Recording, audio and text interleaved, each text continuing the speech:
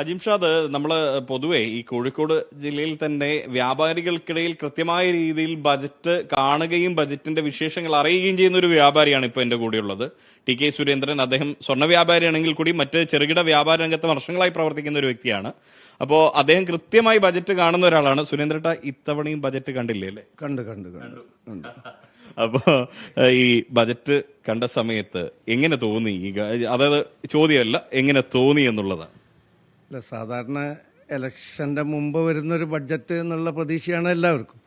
എന്നാലും വ്യാപാരികളുടെ എന്താ പറയുക, സുഗമമായി കച്ചവടം ചെയ്യാനുള്ള ഒരു രീതിയിലാണ് വ്യാപാരികൾക്ക് അധിക ലോഡില്ലാതെ, പ്രത്യേകിച്ച് ചെറുകിട വ്യാപാരികൾ പ്രത്യേകം പരിഗണിച്ചതായിട്ടാണ് ഈ ബഡ്ജറ്റ് ഒരു ആദ്യ നോട്ടത്തിൽ എനിക്ക് കാണാൻ കഴിച്ചത്.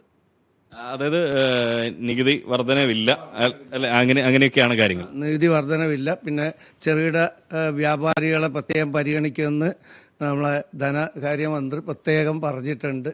ഞാൻ ഇന്ന് ഈ ബഡ്ജറ്റ് പ്രസംഗം മുഴുവനായിട്ട് ശ്രദ്ധിച്ചിട്ടുണ്ടായിരുന്നു. അപ്പോ അതിനകത്ത് പ്രത്യേകിച്ച് നമ്മൾ ഈ വ്യാപാര രംഗം മാറ്റി നിർത്തി കഴിഞ്ഞാൽ ചില കാര്യങ്ങളുണ്ട്. ലൈഫ് മിഷന് വേണ്ടി വലിയൊരു തുക സർക്കാരിന്റെ ഭാഗത്തു നിന്ന് നീക്കി വെക്കുന്നു. ഒപ്പം തന്നെ റബ്ബർ കർഷകരുടെ ഒരു പ്രതിസന്ധി വലിയ ചർച്ചാ വിഷയമായതാണ്. ഒരുപക്ഷെ പൊതുസമൂഹം തെരഞ്ഞെടുപ്പിനെ വരെ സ്വാധീനിക്കാവുന്ന ഒരു സാഹചര്യമായി അതിനെ മാറ്റിയിരുന്നു. ഇപ്പൊ റബ്ബറിന്റെ താങ്ങുവില വർദ്ധിപ്പിച്ചിരിക്കുന്നു എന്നുള്ളതാണ്. അത്തരം കാര്യങ്ങൾ നമ്മുടെ വ്യാപാരികളുടെ തലം മാറ്റിക്കഴിഞ്ഞാൽ സാധാരണക്കാരെ സംബന്ധിച്ച് എങ്ങനെയാണ്? ഒരു ബജറ്റ് നിരീക്ഷകൻ എന്നുള്ള രീതിയിലാണ് കേട്ടോ ചോദിക്കുന്നത്, വ്യാപാരി എന്നുള്ള രീതിയിലല്ല.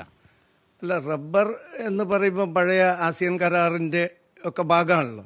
അത് കേന്ദ്ര ഗവൺമെൻറ്റിനാണ് എന്തെങ്കിലുമൊക്കെ ചെയ്യാൻ പറ്റുക. എന്നാലും സംസ്ഥാന സർക്കാർ ഒരു 10 രൂപയെങ്കിലും റബ്ബറിന് താങ്ങുവില പ്രഖ്യാപിച്ചതിൽ വളരെ സന്തോഷം. അത് നമ്മുടെ വ്യാപാര മേഖലയും അത് ഒരു പ്രോത്സാഹനമാണ്, ഗുണം ചെയ്യും.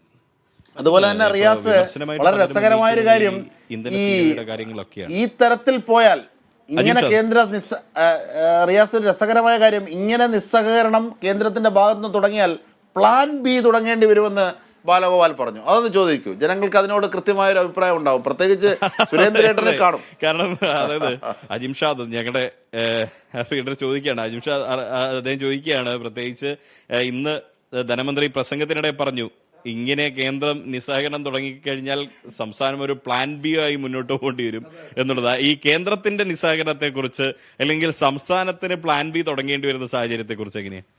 അല്ല, അത് ഒരു മന്ത്രി എന്നുള്ള നിലയ്ക്ക് അദ്ദേഹത്തിന് അങ്ങനെ ഒരു പ്ലാൻ ബി അവർ പ്ലാൻ ചെയ്തിട്ടുണ്ടാവും, പക്ഷെ അത് പറഞ്ഞിട്ടില്ല.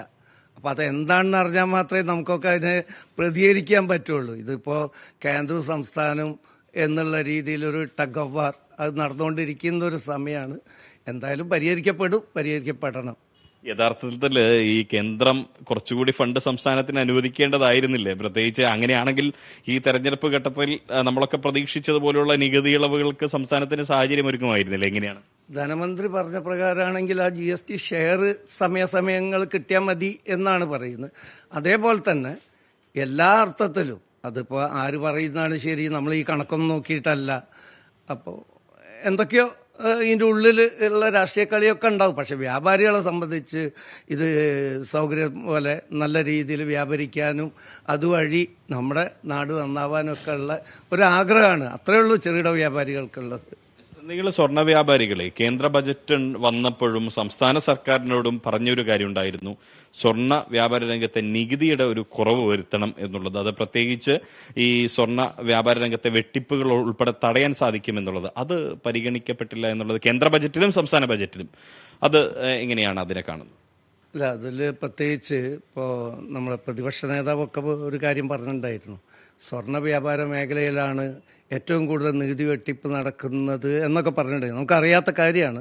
പക്ഷെ ഉണ്ടാവുമായിരിക്കാം. പക്ഷേ നമ്മളിപ്പോൾ തന്നെ 0% എന്നൊക്കെ പറഞ്ഞിട്ട് ചെയ്യുന്ന കച്ചവടക്കാരുണ്ട്. അവർക്ക് എങ്ങനെയാണ് ഇങ്ങനെ കൊടുക്കാൻ പറ്റുന്നതെന്ന് അറിയുന്നില്ല. എന്നാലും നികുതി ഒന്ന് ലഘൂകരിച്ചാൽ എല്ലാവരും, നമ്മൾ വ്യാപാരി മാത്രമല്ല, ഒരു കസ്റ്റമർക്ക് പോലും ബില്ല് ചോദിച്ച് വാങ്ങി അതിലൂടെ നമ്മുടെ നാടിനെ ഒന്ന് സഹായിക്കാൻ പറ്റുമെന്നാണ് ഞാൻ മനസ്സിലാക്കുന്നത്.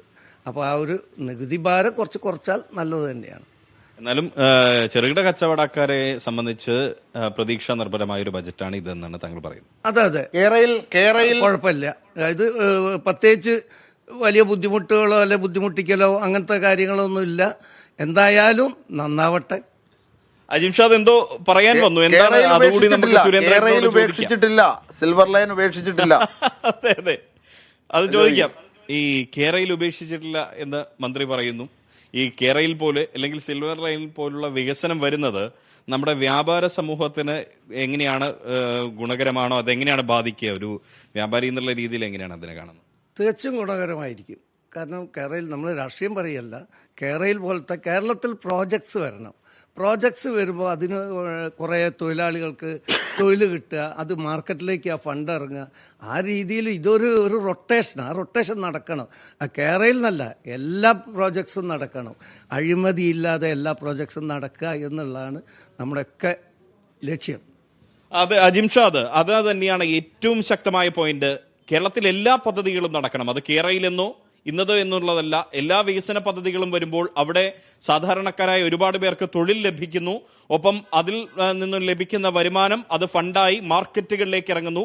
അത് വ്യാപാര മേഖലയെ പുഷ്ടിപ്പെടുത്തുന്നു. അത് കേരളത്തിന്റെ സമ്പദ്ഘടനയ്ക്ക് തന്നെ വളരാനുതകുന്ന തരത്തിലേക്ക് കാര്യങ്ങൾ കൊണ്ടെത്തിക്കുന്നു എന്നുള്ളതാണ്. അതുമായി ബന്ധപ്പെട്ട റിപ്പോർട്ട് കണ്ടതിന് ശേഷം ഞാൻ കൊച്ചിയിലേക്കും കോഴിക്കോട്ടേക്കും ഒക്കെ തിരികെ എത്താം.